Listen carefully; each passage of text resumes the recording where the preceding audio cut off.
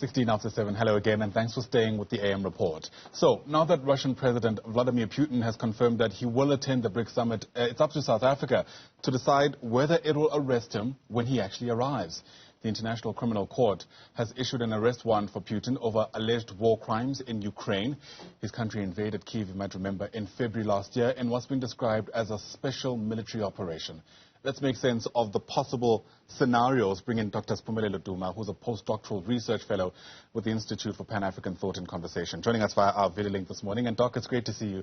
Thanks for making time to chat to us. And I wonder how you envision this will all play out in a context where already there are some reports emerging that, yes, he'll attend this particular summit, but perhaps virtually. A very good morning to you, Ayanda, and to the viewers at home. And thank you so much for having me this morning. It is becoming a more of a big dilemma now for South Africa, as I'm hearing you indicating that President Vladimir Putin has accepted the invitation. Now, last month I actually written an opinion piece indicating that the South African government will be hoping that the Russian president will either send a delegation or will attend the summit virtually. But now it complicates things even further for our government. To have him, as he indicates, accepting the invitation to come to the summit. Because it is clear, as things stand, that between now and August, a trip to South Africa will be Vladimir Putin's only visit or foreign visit. So now that means this challenge of having to arrest him will be on the lap of the South African government. Now, the optics of that, it will not bode very well.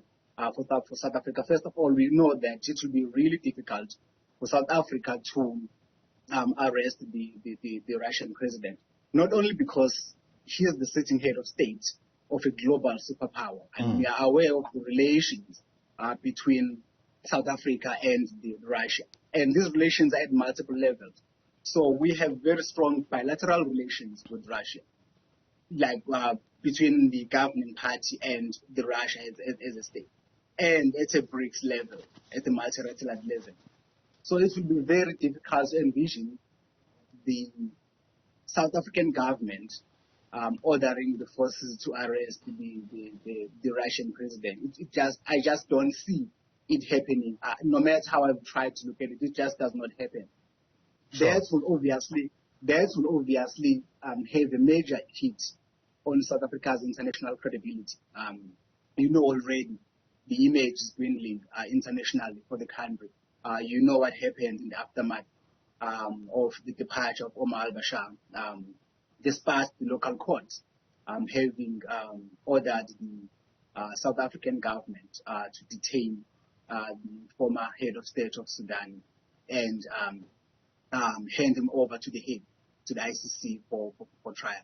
Right. So it will be very difficult, for South Africa. It is a very difficult situation that the ANC government is finding themselves in because, this issue also carries with it a potential constitutional crisis, because remember that you already have legal precedent on this. We can extrapolate from the case of Omar al-Bashir to this one because already we have the courts that have ruled that the South African government, under Zuma at the time, they had to detain him, and by letting him go, they did not only violate the international law, but also the local law. Now, we can easily extrapolate from that case and apply on this one.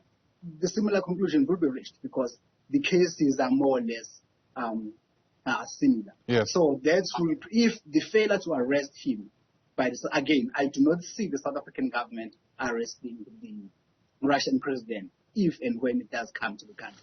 Now, should they let him go, that triggers not only the international implications, but also domestically. Sure. Because it's very clear in the Constitution that the government is bounded by the court's decisions and rulings. So, should they let him go, that is a big constitutional crisis. That's interesting. Part of what's also happened, of course, is this discussion around whether or not the ICC has so-called double standards, right? In fact, it's a concern that was flagged by the International Relations Minister, Naledi Pandor, when she was asked about this idea that, they almost pick and choose which world leaders should be held accountable. And, to this effect, she pointed at what's going on in Palestine and the human rights violations there, perhaps even the war in Yemen.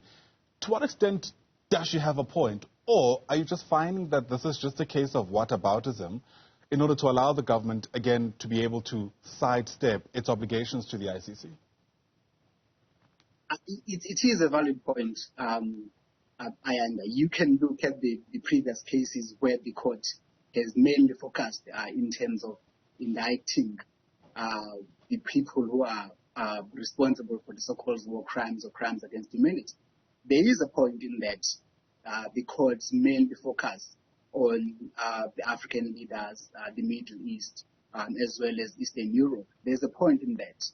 But while you may recall that in the aftermath of the case of Omar al-Bashir, the Jacob Zuma government actually tried to withdraw from the court. And it was actually then Minister of International Relations, if I'm not mistaken, who had actually sent that notice to the court of withdrawal. But obviously the court needs 12-month notice if a member state intends to withdraw from the Rome Statute. But then what then happened later, obviously there was a string of litigations around that. And the High Court in Pretoria later ruled that it was unconstitutional for the South African government to single-handedly try to withdraw from the International Criminal Court because they had to go through Parliament. Right. So these international treaties are ratified by Parliament. So the government cannot single-handedly withdraw from these international treaties. So there might be a point in that the court is biased. And I don't believe it is a case of whataboutism. But at this stage, I think it is a bit too late for South Africa. As I mentioned, that the court needs 12 months of notice if you want to back out from the Rome Statute. And it is too late at this point in South Africa to make that kind of a move because the Russian president will be in the country in no time if he actually does end up coming. So, again, it is a big dilemma sure. for the government because I don't believe they will want to, portray an image that they are willing to trample upon the country's constitution just to appease an international partner. Mm.